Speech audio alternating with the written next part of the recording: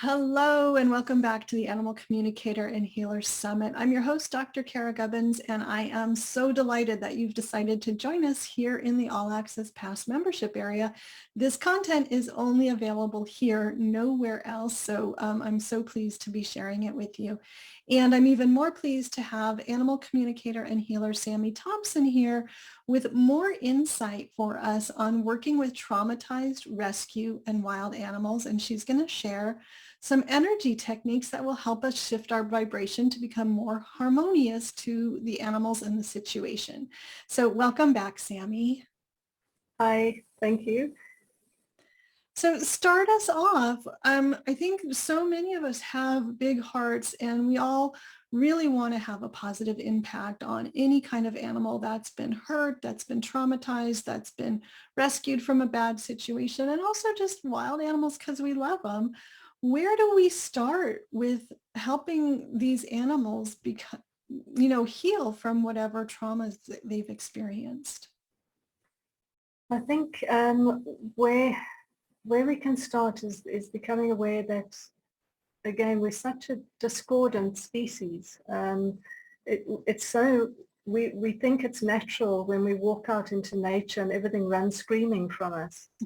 And yet if you think of a leopard or a jaguar, so incredibly powerful and yet invisible in nature.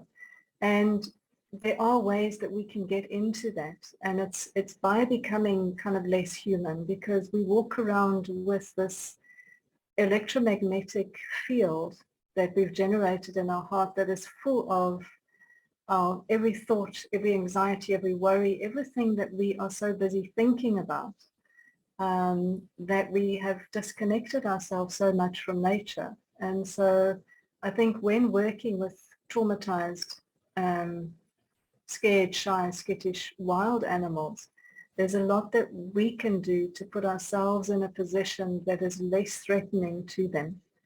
Our animals at home have become used to us being this way. So they kind of shrug, and we're like the crazy uncle at the dinner table who's always shouting off and going, but to animals who don't know us, to traumatized animals, they need a lot more nurturing. And they need us to be different. They need us to show them that we're safe. And so there are a couple of things that we can do.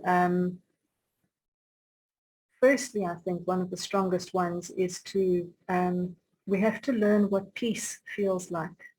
I think as humans, we might have an intelligent concept, an intellectual concept of peace as being an absence of war.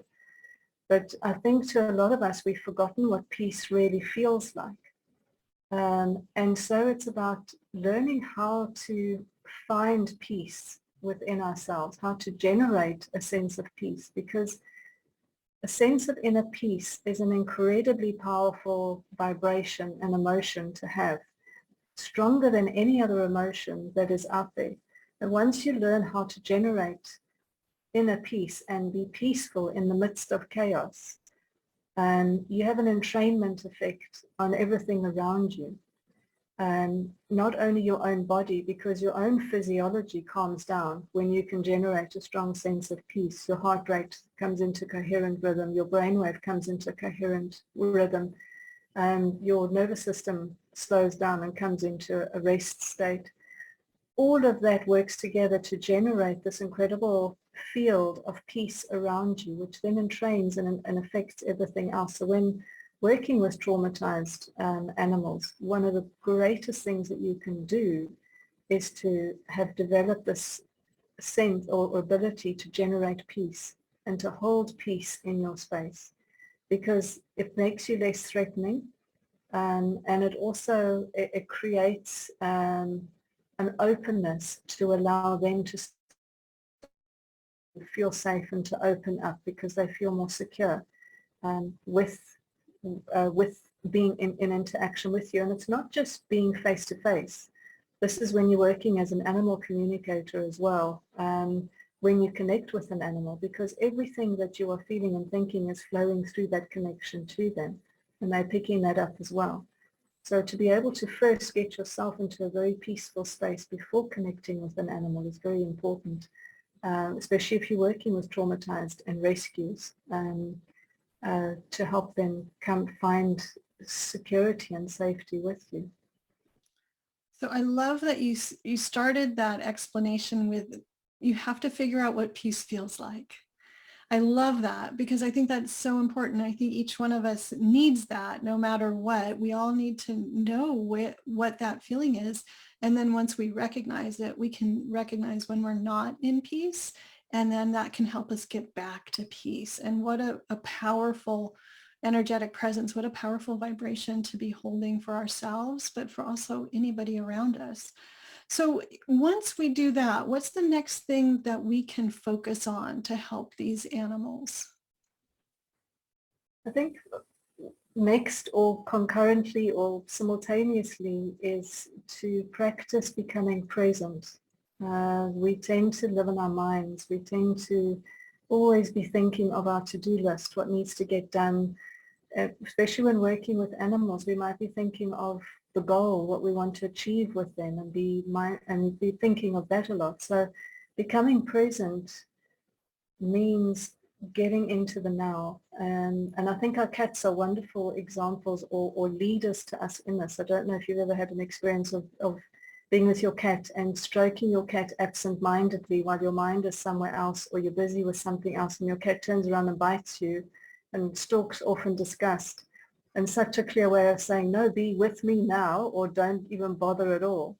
I think becoming present, again, is something that animals feel. They feel how focused we are on them. And they feel how present we are with them. And there's so many ways of getting present, but one of the strongest that I've found is focusing on your body, focusing on your breathing, focusing on what every part of your body feels like. Because our body is the only thing that we have that is in the present moment all the time. And so by bringing our awareness back into our body, we learn to quieten the mind. We learn to get out of the mind that is taking us future tripping into tomorrow and going back into the past, worrying about yesterday and everywhere else but now. And getting into the present means that we can bring all of us as a present, as a gift to the animal as well. By being present, we calm down again. It goes hand in hand with the peace, because by becoming present, we're then able to notice them more. We're then able to notice how we are feeling and co-regulate ourselves, as well as offer them that sturdy, supportive environment of, you're safe with me because I see you, I'm aware of you, and I'm present here with you. Without being threatening, without being all over the place. Just everything comes into perfect alignment and congruency with self when you can be peaceful and present with yourself. And it's wonderful when working with animals, and a great thing to do when you are out in nature with wild, not just the big wild animals on safari, but in your garden, being present and being peaceful. You'll find that the birds in your garden will start coming closer. The little creatures you'll notice that usually run away from you, you'll start to find that they become curious about you. If you can just be peaceful and present and quiet and still, nature responds to that rather than everything pulling back in shock and horror because of this toxic, discordant energy that's all around us. So that would be the second biggest thing I think that would be very important to focus on. And it's such a classic mindfulness tool. Focus on your breathing, come back to your body. It's simple. Everybody has it. We don't need any extra special tools or anything else, but to just focus our awareness on our breathing automatically brings us into this present moment. I love it. So we've got peace, we've got presence. I'm really hoping the third thing you're going to share with us starts with a P, just because I love alliterations, but it's okay if it doesn't. What is the third thing that people can bring into this interaction when they're working with anybody who's been traumatized? Well, it didn't start with a P, but we could start it with a P and call it pacing. But it's about being mindful of them and showing the animal that you are aware of their feelings and reactions. And I think it's incredibly important with any animal that we're working with is to have that respect to them. I think as animals, whenever we approach, we walk around, as humans, we walk around thinking that we have a right to do what we want to do and that we're entitled to do what we want to do. So whenever we go to an animal, we're already reaching out our hands, wanting to touch them the way that we want to touch them. And to a lot of animals, that can be quite overwhelming because we don't show the respect in touching them or approaching them in a way that they would find comfortable. It's all about us. And so to be mindful of the animal and be aware of them and show them that you are by matching them, by pacing with them. So if they're walking, to start walking with them and matching your pace to theirs and showing them that you are seeing what they're seeing, you are walking with them and adjusting yourself to them. If they look in a direction, look in the direction that they're looking in, so that you are again saying to them, I see that you are doing something and I'm going to do the same because I'm interested in seeing what you're looking at. Ask them permission, both in person and as a communicator. It's incredibly important to always ask permission and to respect. Don't just take it for granted that every animal is going to want to talk to you. And also with wild animals especially, be mindful of the fact that not many wild animals want to connect with us because we're so toxic, because we have such discordant energies around us all the time. A lot of wild animals don't really feel the need to tell us anything or to share anything with us. So it's about having that respect and sharing first gratitude with them, because by being in nature and being with wild animals and giving them gratitude is a wonderful gift that they don't often receive from a lot of humans. And giving that kind of gratitude just is a gift to them, and just saying, I appreciate you for where you are and what you are. Thank you for being on this planet. And then leaving them at that. Let them choose whether they want to connect or engage with you. But coming back to traumatized animals, when you're working with them and being mindful of them, it's about approaching them and noticing as soon as they start to become uncomfortable, the slightest little sign, stop, back off. Again, to start with, you then showing them that I'm aware of you and I'm honoring where you're feeling and what you're doing, and I'm not going to rush you. I don't want to put you over the threshold and put you into a space that you're not comfortable. I'll stand this far away from you because that's where you're comfortable, and we can then just engage with peace and with presence for that period of time until you're comfortable with me taking a step closer. When working as a communicator, this kind of thing happens where you allow the animal to share their feelings with you and you respect them. I was working with lions in it was a different sanctuary, and with these two lions, as I connected with them, it was the first time they'd had anyone connect with them, I think, and the lion showed himself to me hiding under a bush, but I wasn't aware that he was hiding under a bush. I just saw the lioness sitting next to a bush, and she kept glancing over at the bush. And eventually I realized, because every time I looked, I saw her next to this bush, and then I saw the tip of his tail peeking out from under the bush. And with that came the sense that he was very wary and very unsure of humans and didn't want to be connected with.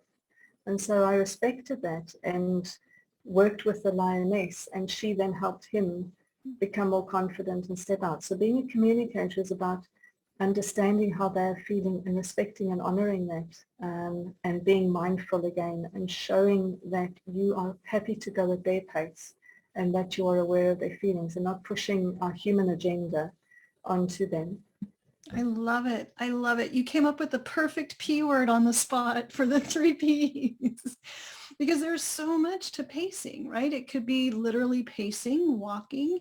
It could be the pace of the interaction. It could be the pace of whatever the whole, I want to say treatment, but that's not quite the right word, but the whole interaction, the whole healing journey the pace of that journey, but really honoring the pace that the whoever you're working with, the animal, is going to be setting the pace. There's so much power in what you're saying, and bringing that mindfulness into it. But I think it's really powerful to have peace, presence, and pacing as very simple reminders. And we can then use those as easy touchstones. And they're easy to remember, easy to implement in any situation. I'm super grateful for the 3 Ps. Thank you so much, Sammy Thompson, for sharing this with us today. Thank you very much. And thanks everybody for being here, being part of the summit, and go use your 3 Ps and report back. Let us know how it's going. Have a beautiful day. Bye, everybody.